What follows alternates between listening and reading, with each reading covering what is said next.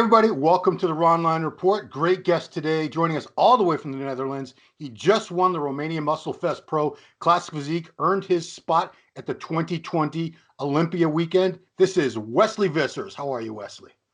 What's up, guys? Thank you for having me on. I really appreciate it, and I'm really happy with the victory of last weekend for sure. Yeah, this was your second pro win, correct? Yes, the first one was actually Chicago Pro, also by Tim Gardner. So Right. 2 Wings of Strength wins I've already had now.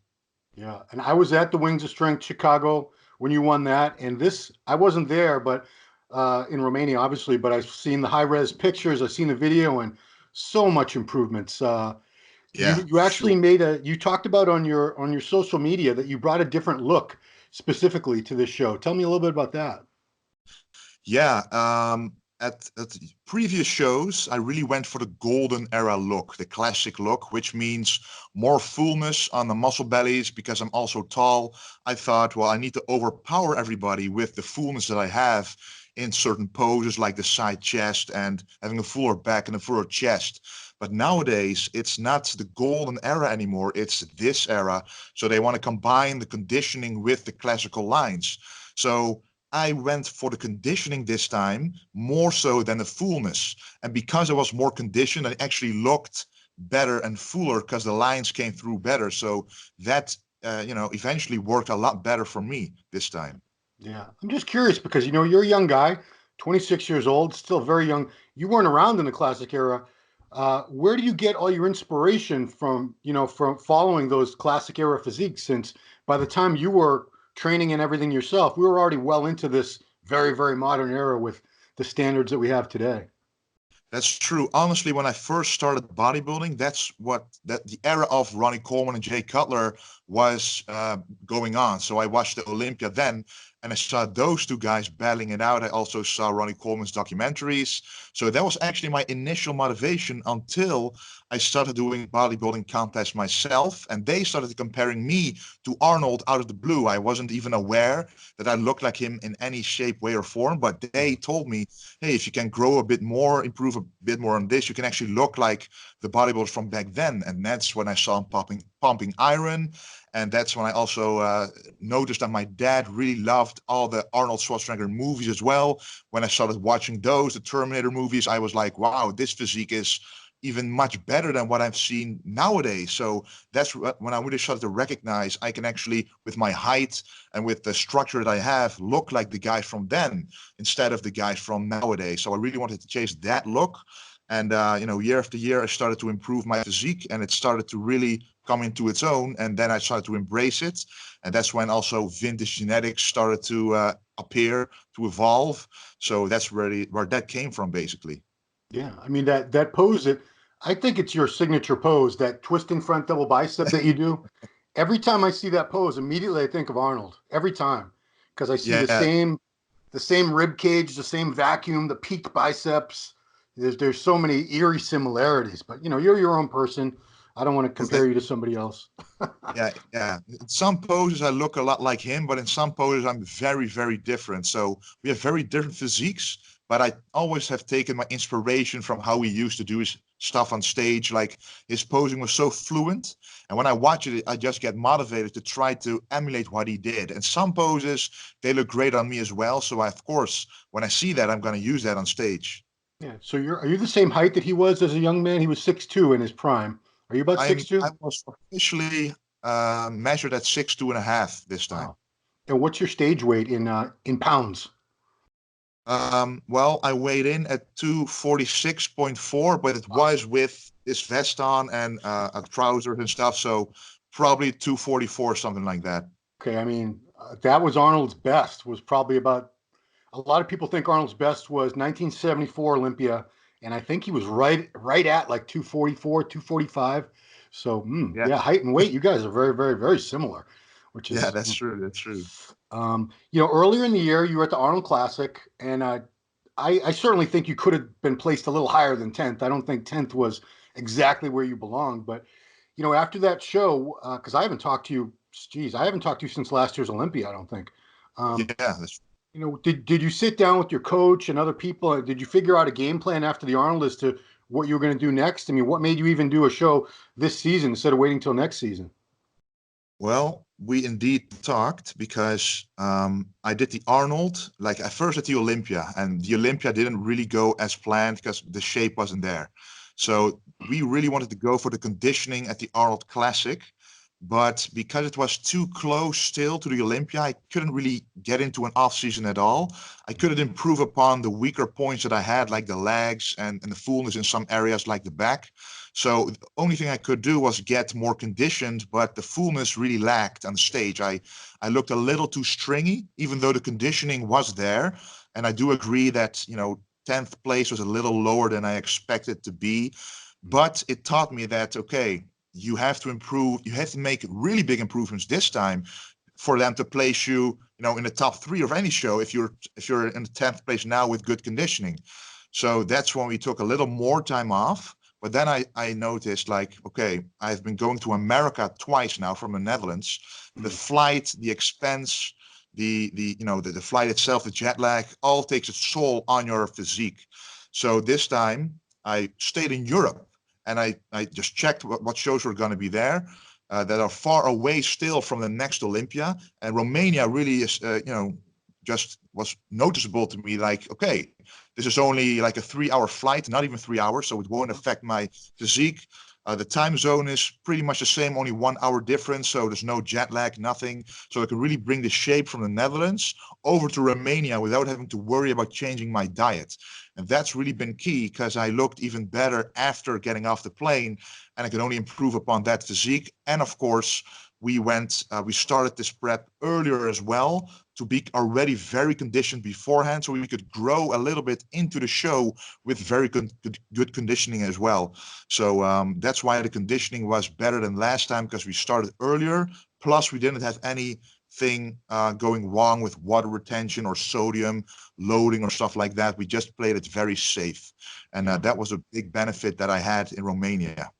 Yeah, because in the week or two before the show, I was checking social media of the top people. Of course, I was looking at yours, and I saw really crisp condition, deep, clean separation, and I was just hoping. I hope Wesley doesn't do anything crazy at the last minute. I hope he brings that to the stage Yeah, because 9 times out of 10 on social media, you see guys looking incredible a week or two out, and then you get to the show and like, oh no, what did he do? exactly. And it's usually Yeah, something with sodium or carbs or yeah, diuretics or something stupid. But I'm exactly.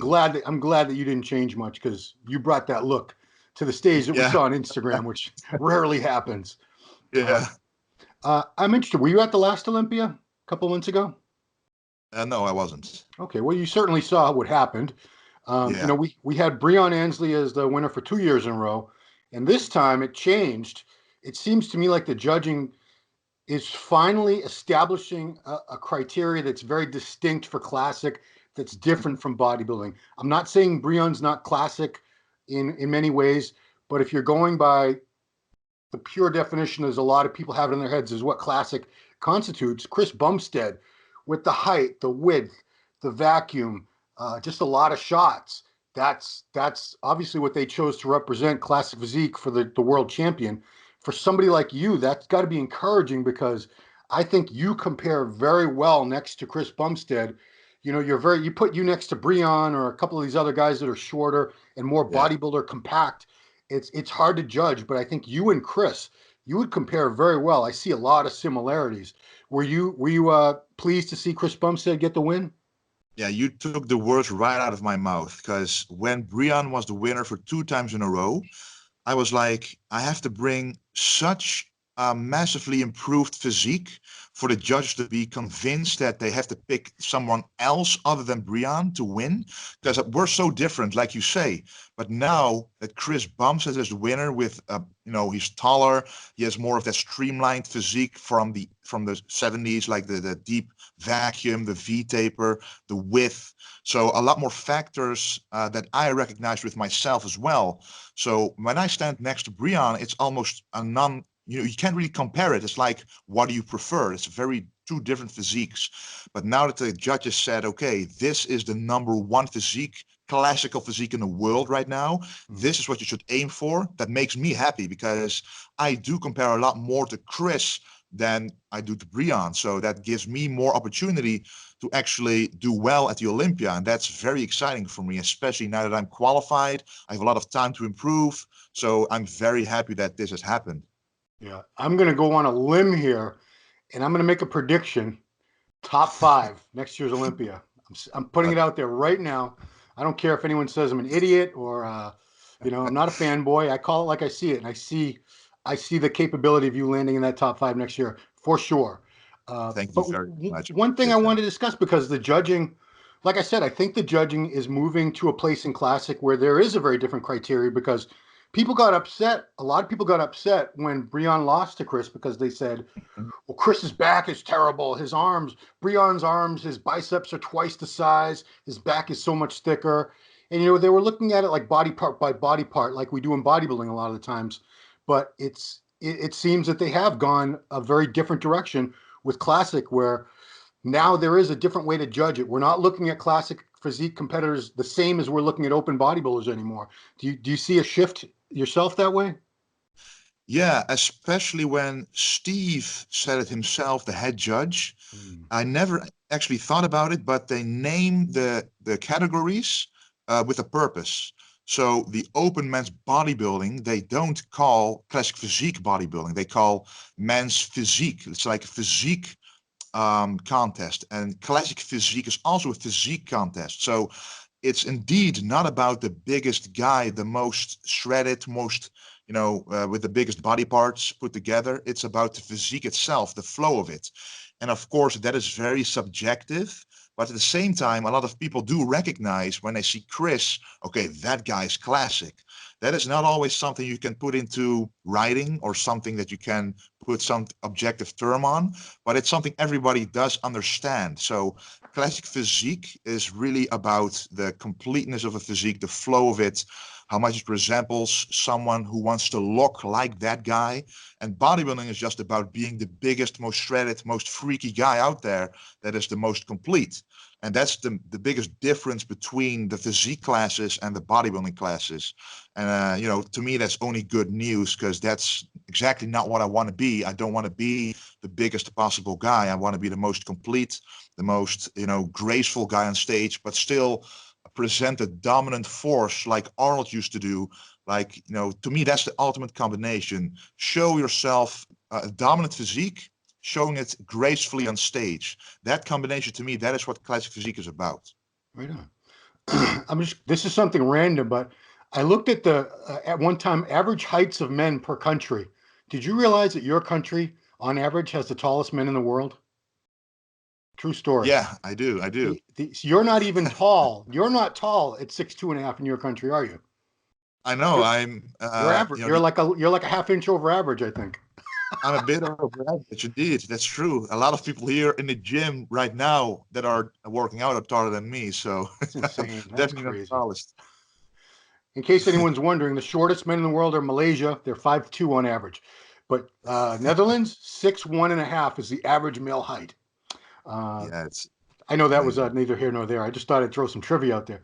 I wanna ask about your dad. His name is Rini, because I have two kids, ages 20 and 25. So this is great to me. It's so motivating to me to see not only a dad that supports your professional athletic career, but he's a part of it. Your dad, I believe you train with him in the months leading up to the show, and I know he's backstage. He's with you at the shows. I remember him in Chicago. So, Yeah. what roles does your dad play in your prep and in your career? Well, he's always someone I can rely on. He supports me in every single way. And sometimes it's easy to take something like that for granted until you realize that you literally are the only person who has his dad with them backstage. And the athletes are actually jealous of me that that the relationship I have with my family in that way is something that is cherished among bodybuilders, because most bodybuilders are not really accepted in that way, especially not supported so much. Like, of course, the family comes to watch the show, but that's it. They don't really, interfere with the training or give advice or support them or put on the shine or put on the tanning. And that's what my dad does do. He has done that for years, since 2013. Ever since that I decided to be a bodybuilder on stage, he has been there with me, supporting me. we've always been working out, and from the very beginning, he's been my inspiration to even begin working out in the first place. So, it just grew into something incredible.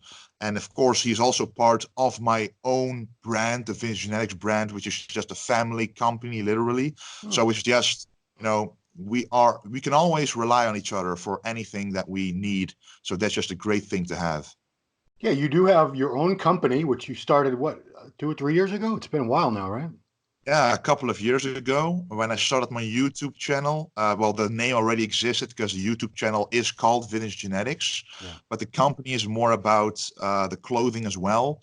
And that started around a year after starting the channel itself, because then the channel was big enough to actually have a brand attached to it. But that really, came to be because people want to be able to support you in some kind of way. And instead of literally just giving money, which is not something that everybody likes to do, they actually want to receive something in return. So then it's a win-win situation. They feel like they can support me, and I support them by giving them the clothing of good quality that they deserve and actually like. So that's next to bodybuilding, that's a very interesting and very creative way of dealing with being an entrepreneur, basically. So that's been a very fun experience as well, seeing it grow alongside bodybuilding, because bodybuilding is an expensive sport. And to be able to support myself with this company is just amazing. It's a passion of mine. When I wake up, I know exactly that I have all day to work on it, to improve it, and people just like to see it grow as well. So it's just been amazing. Yeah, vintagegenetics.com is the website, correct? Now, Yes, exactly. I've gone there. You have a full range of tank tops, t-shirts, shorts, hoodies. You must see at the expo when you go all over Europe. You must see a lot of people wearing your brand. Uh, Yeah, is it kind of it's weird for you? Does it still like does it still kind of like freak you out? Like, wow, that's mine. He got that for me. She yeah, got that for me. Yeah. that's just amazing. Uh, when I was in Las Vegas in 2018, that's on the other side of the world, in a gym you've never been in. You see someone working out in your designed tank top. You're like, wow, this is just surreal. Like you can't even imagine it until you see it, until you experience it. So that's just, I appreciate the support everyone gives me in that way so much to, to spread the brand, to spread the message of vintage genetics, the classic bodybuilding, the passion I have for it. And it's just, a win-win for the people wearing it and for me myself. So it's just incredible. Yeah. I also give you credit for, you're a young guy, so I guess this isn't such a weird thing, but you're really on top of the YouTube and the content creation. I remember at the Arnold weekend, you had like a serious camera crew everywhere you went, like they were Yeah. making a documentary. It wasn't just some your cousin or something following you with an iPhone. You had like a real dedicated. I think I saw a camera guy. I think I saw a sound guy with a boom mic. Am I right? Yeah, that's Yeah, I true. mean you're putting out top notch content for these people. Appreciate that. Free of charge, I might add. It's on YouTube, so Yeah. yeah, pat on the back for that. Thank you. You also just mentioned before we started recording, you have a supplement brand now. Tell me about that. Yeah. It's actually, it came out only like a month ago, but I've been working on it for a year almost. It's called Gladiator Pro. I only have a whey isolate right now because I want to bring out each supplement, about a month apart to be able to, dedicate my time and effort to each supplement on its own. Because we all know there's like 1,000 companies out there. Mm. And just like with clothing, people decide which brand they want to support. So every brand has similarities and slight differences that make them stand out from the rest. But in all honesty, all supplements are pretty much the same. But Mm. you want to spend that much more time on each one to make the quality just a little bit better and the price just a little bit lower, so they can actually be persuaded to choose your brand. And when they try it for once and it's good quality, they will try it again. So that's why we have a whey isolate with 91 grams of protein per 100 grams, which is very high.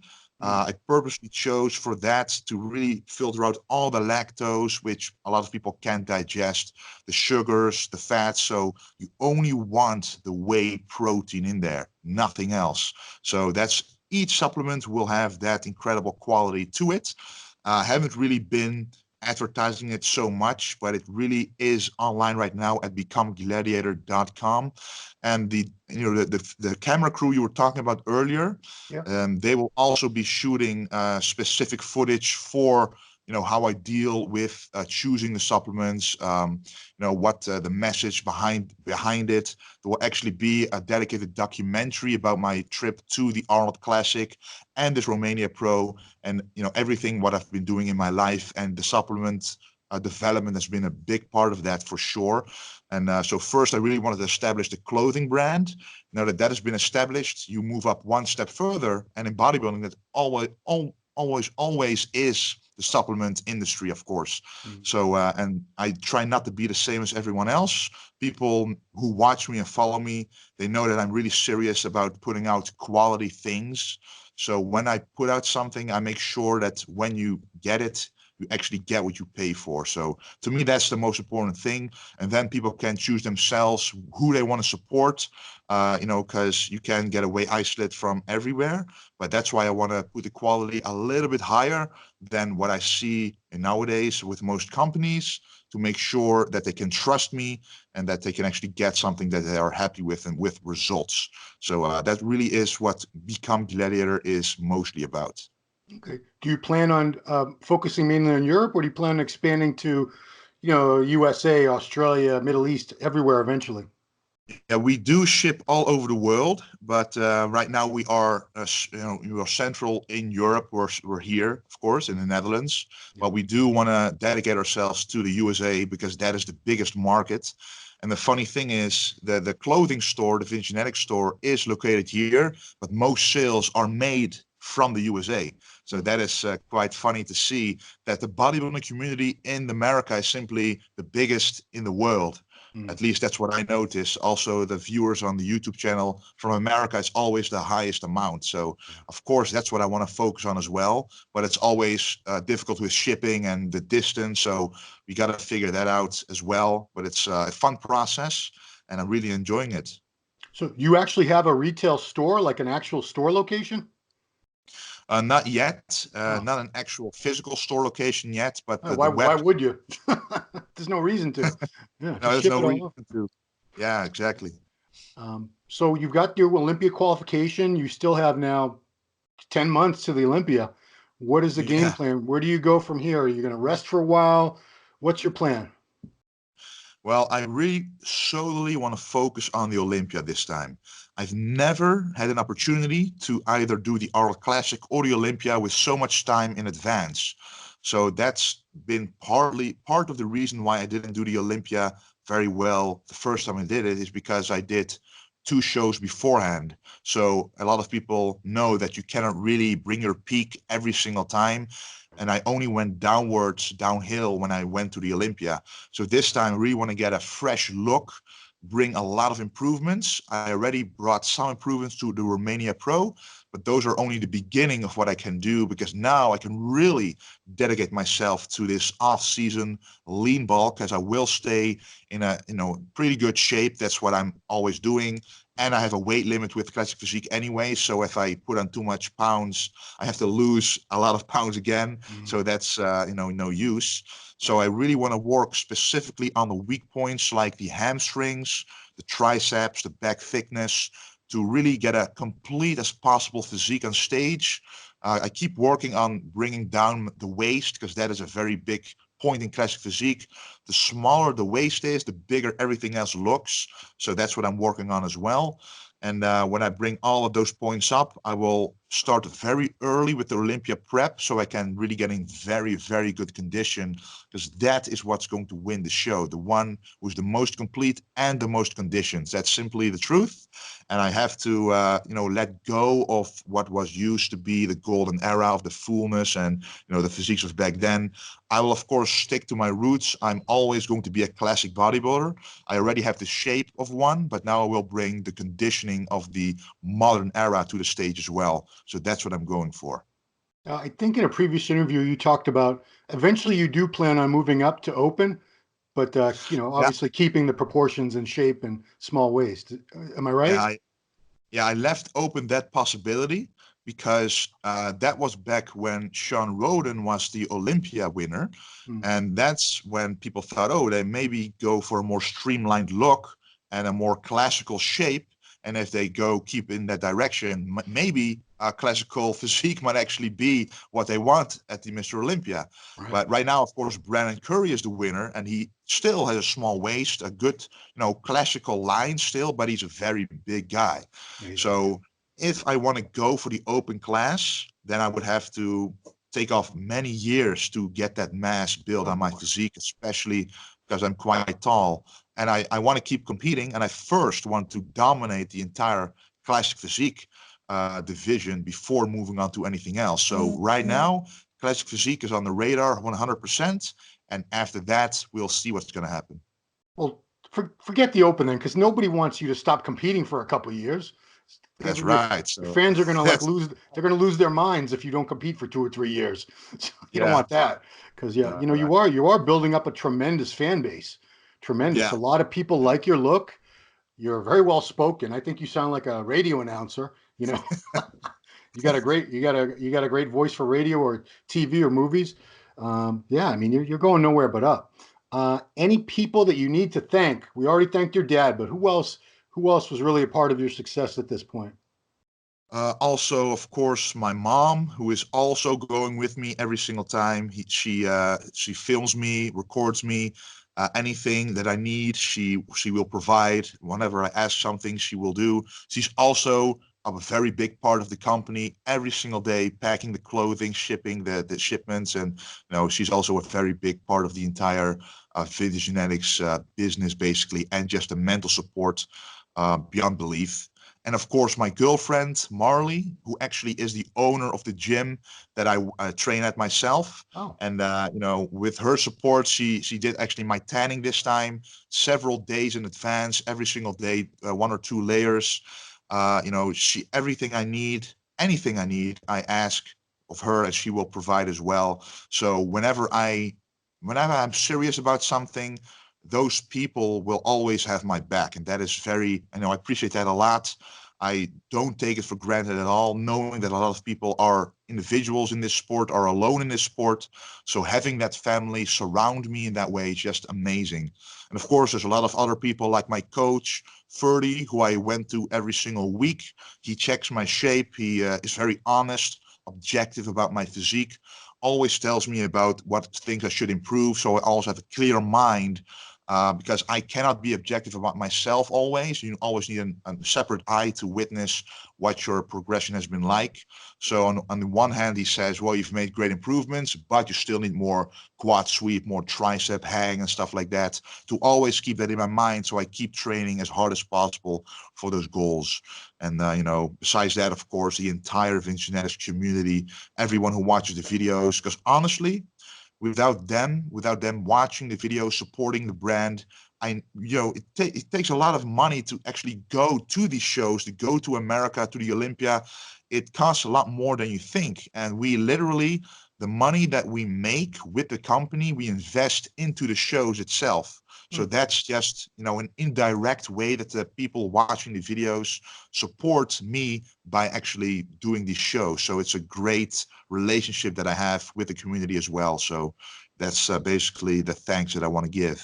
Wow. Yeah, I saw Dana Lynn Bailey years ago starting up a little company called Flag Nor Fail. Her and Rob were selling T-shirts out of the back of a van. They were going around to different gyms in the Northeast USA doing that.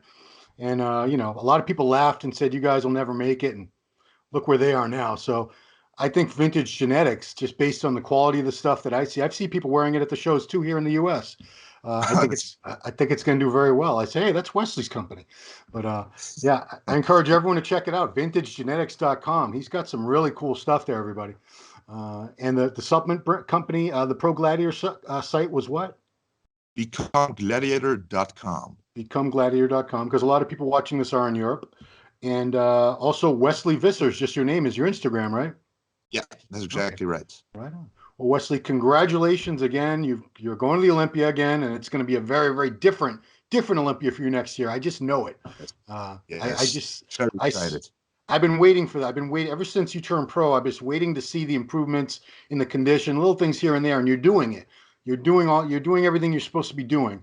You know, you learn from every show that you've done where you've made any kind of mistake. I see you don't make that mistake a second time. So that's a very good sign. You're learning and you're Yeah. adapting.